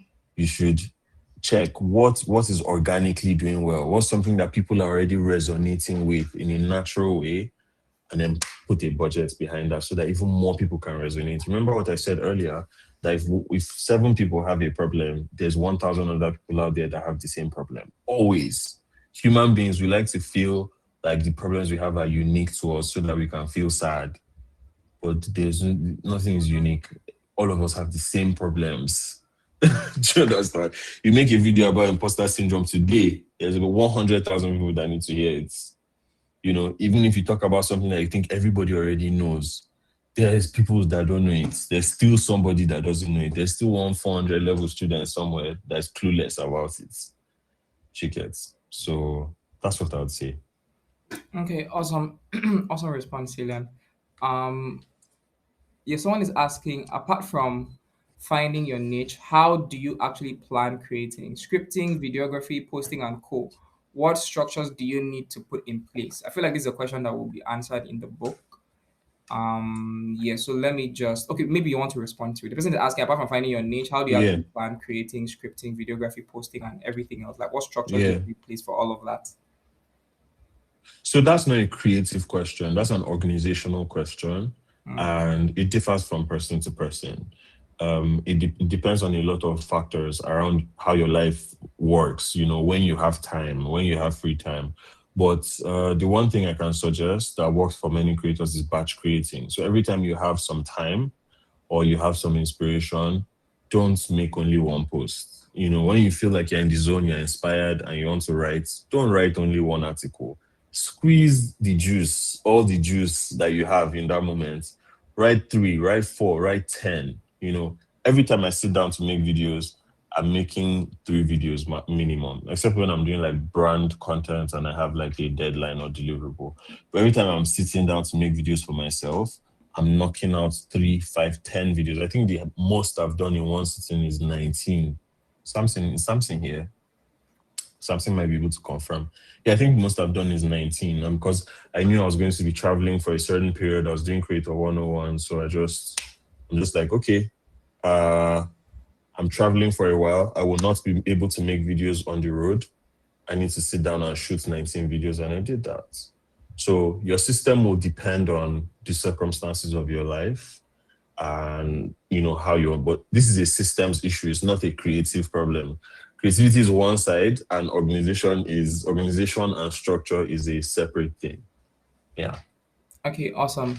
So there's a question here that I really like, and I think this speaks to a lot of creators that are just starting out. So this is from Manuel. He's asking, please, how do you go past the frustration of creating content, but it feels like you're speaking to a void, poor views, and almost no reaction? How do you go past that frustration and stay consistent?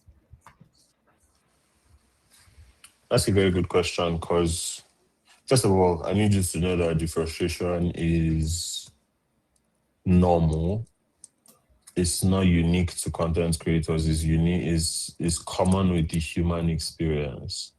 When we try things and we have a certain result in our mind or a certain outcome that we desire and we don't get it, we feel frustration. That's the natural response of the human mind, right? However, we need to, again, remember how I said when we have a problem, sometimes it's not always a solution you need. You need to reframe your perception or your perspective of the problem. So now I need you to know that success or results or you blowing up is not the only thing that can come out of content creation.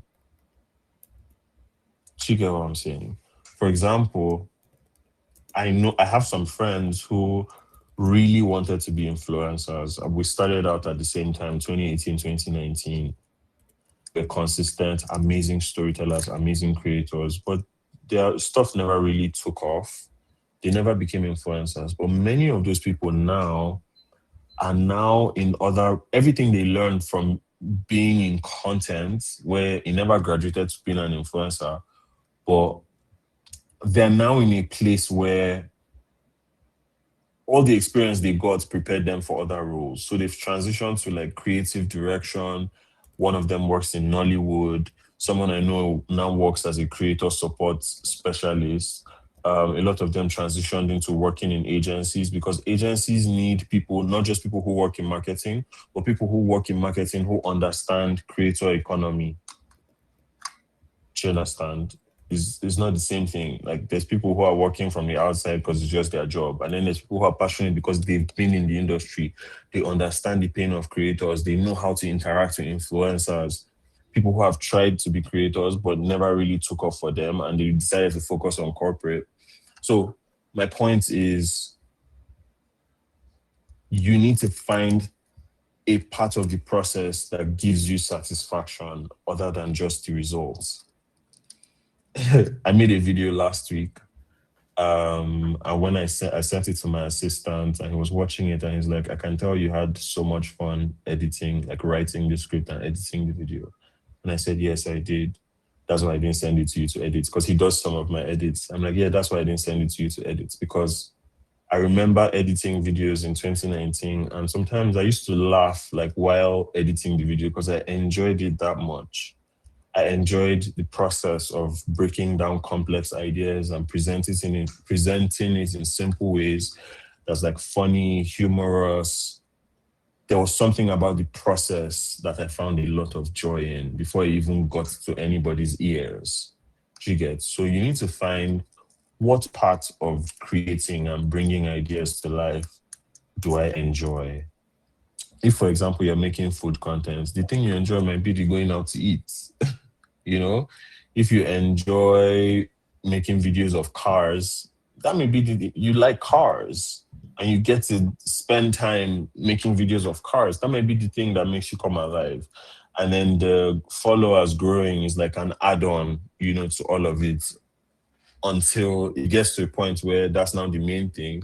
But you need to find some joy in the process and not just the outcomes that you want.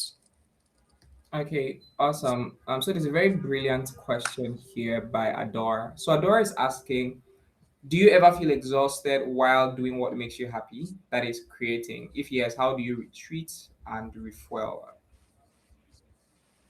That's a very good question. We have an episode of Creatorium that drops this Sunday, and that's exactly what we talk about. But I'll just say, I think people often have like a false expectation that the things that we're passionate about will always just fall into place. Like if it's difficult, if it's meant to be, then it's not going to be difficult. And nothing could be further from the truth. TC Lyle says, I hate editing. I hate editing too. I hate it so much. But I've done it thousands of times at this point. But I don't like it anymore than I liked it 5 years ago. I still hate the process. I'm better at it. I'm faster. I still hate it. Do you understand? So even with the things we love, yes, there'll be parts of it that we don't like. There'll be parts of it that we dread. But we show up and we make it happen, because it's the only way around is through. We think about the end result we want. We think about all the people who will benefit from us putting ourselves out there. And that encourages us to go, you know, and do it one more time. Yes, Yeah. awesome. So we have just two more questions, guys. I'm sorry if your question isn't answered. We have, from what I've seen so far, maybe over like 30 questions or about that. So you can understand why we can't answer everything. There's a question here by Dima. She's saying, my partner is someone that has so much value to give, and I see how he helps other people build their businesses, but he doesn't apply the same energy to his own brand. How do I get him to start sharing this value on social media and giving that same energy to himself? Hmm. I don't know. I don't know how you're going to make a grown man do anything. Honestly, I think that's the one question I don't have an answer for. I think if you could, in some ways, show him possibility, in other people, show him that, oh, here's someone else who does exactly what you do, probably doesn't even do it as well as you do, but these are the results they're getting. And then it's down to him to choose if he cares about the results or not. Because, you know, um, he may not be seeing it from your perspective. You might be the one it's like someone who likes to cook and everybody's like, oh, you should start a food business. And they don't care. They don't want to start a food business. They know they can cook and they know they could start a food business, but they don't want, you Hmm. know. So he has to want it for himself. You can do your part in showing him a possibility, but you also, that's not something you want to pressure someone into. They need to do it for themselves, basically. Yeah, and if I could add something to that, I mean, if you're the one that gets that, you understand social media and the like, I mean, you can help him out. So yeah, you can become his Yeah. brand manager or something. Yeah. So one last question. I'm looking for one more question to ask. Uh, I'm looking for that one question. That will be it. Okay. So I think, okay, let me just do Sophia's question. And let me just say this as a tip that when you attend like classes like this and you want to ask your question, try as much as possible to make sure it's simple enough and clear, right? So this question is, how do you connect with yourself to really identify who you really are? Then, by what you have identified, build a personal brand from that discovery. Please read the question again. Okay, how do you? I think it's like two questions in one. First of all, how do you connect with yourself to really identify who you are? Number one. The number two, after Mhm. you've identified who you are, how can you then build a personal brand from that? So, That's a lot of work, first of all. It's work that takes a lot of time because it's self-awareness. So two questions that you can start with is, what am I passionate about? Two, what am I mad about? And then the third thing you want to do is to be actively working at something, because clarity comes on the road. Clarity doesn't really come to us when we're brainstorming, almost never, you know. So when we're thinking about the things we want to do and we're daydreaming, that's not when it comes. It comes when your hands are dirty, when you're taking your walk, when you're experiencing life, when you're doing stuff. So I would say one thing a philosophy I have of life is, when you don't know what to do what you know, right? So take the things you know for sure and make the most of them. in the process, you will learn more about yourself. Even if you don't immediately learn about what you want to do, you know what you don't want to do. And that's normally a good starting point for anything else that you want to build. Okay.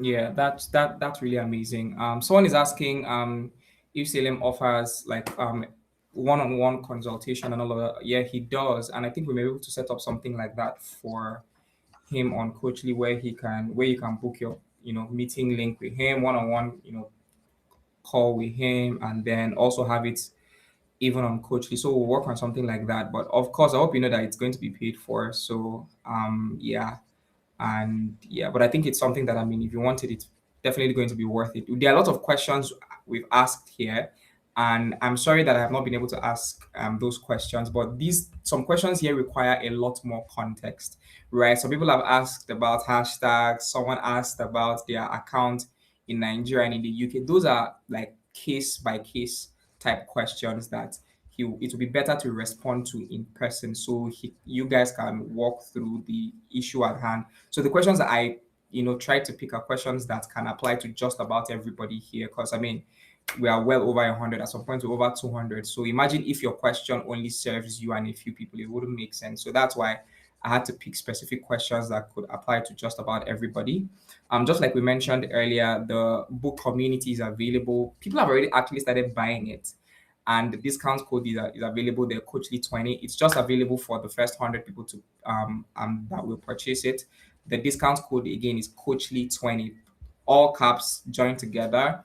And if you apply that discount code, you would see that it will immediately switch from 10,000 naira to 8,000 naira.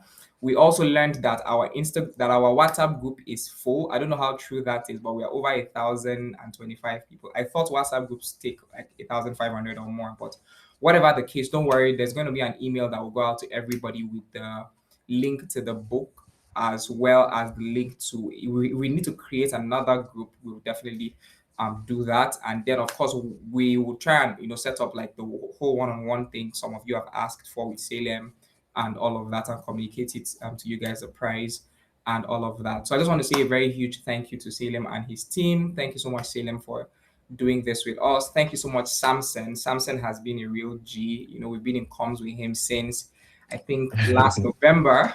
We started this conversation I think November, and Oh my gosh. yeah, it's been a lot. I'm glad we're finally here. Yeah, so for everyone that attended, thank you so much for joining in. For those that were kicked out at some point because of network or one issue or the other, this will be uploaded tonight unfailingly, or latest by tomorrow morning, so you can rewatch everything from the top.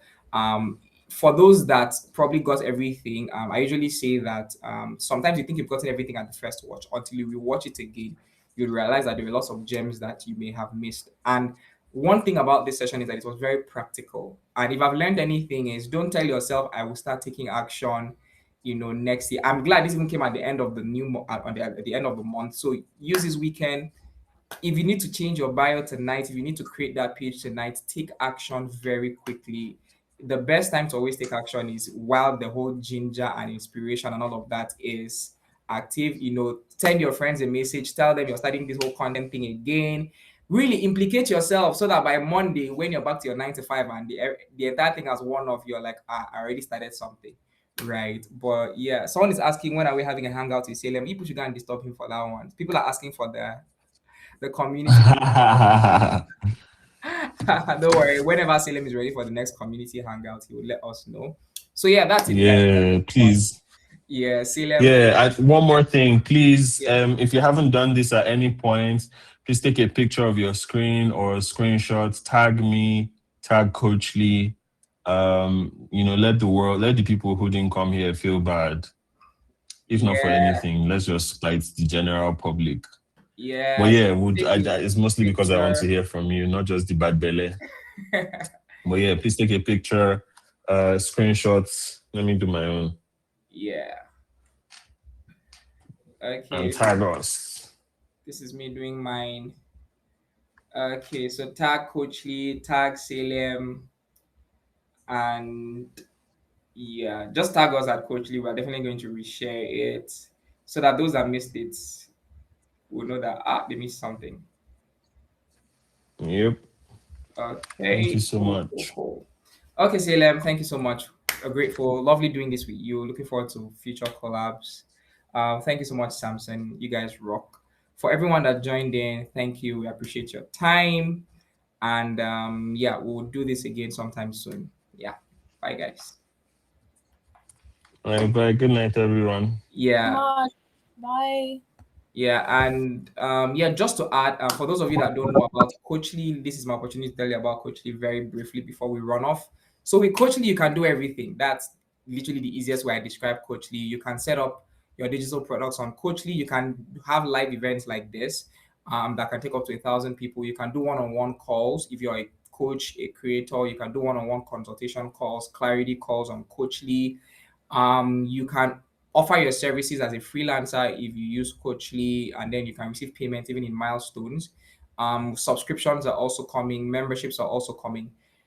Really, Coachly takes the work off you so that when you book, let's say your client books a Coachly link, like a link for your, let's say, one-on-one class or your mentorship, and then just on account of them booking that link, we take care of the automation so they get email reminders for the event. It's synced to your calendar, so you don't have to be following up your clients and all of that. Coachly does all of that for you with automated emails and the like. So basically, Coachly is your plug for just about everything. You don't need to jump from Google Forms to um, Zoom or Google Meet or multiple platforms to do one thing. With Coachly, you can literally do everything in one place, including selling your digital products, courses, every single thing. So if you've not signed up on Coachly, make sure you do that right away. Coachly.co is the link.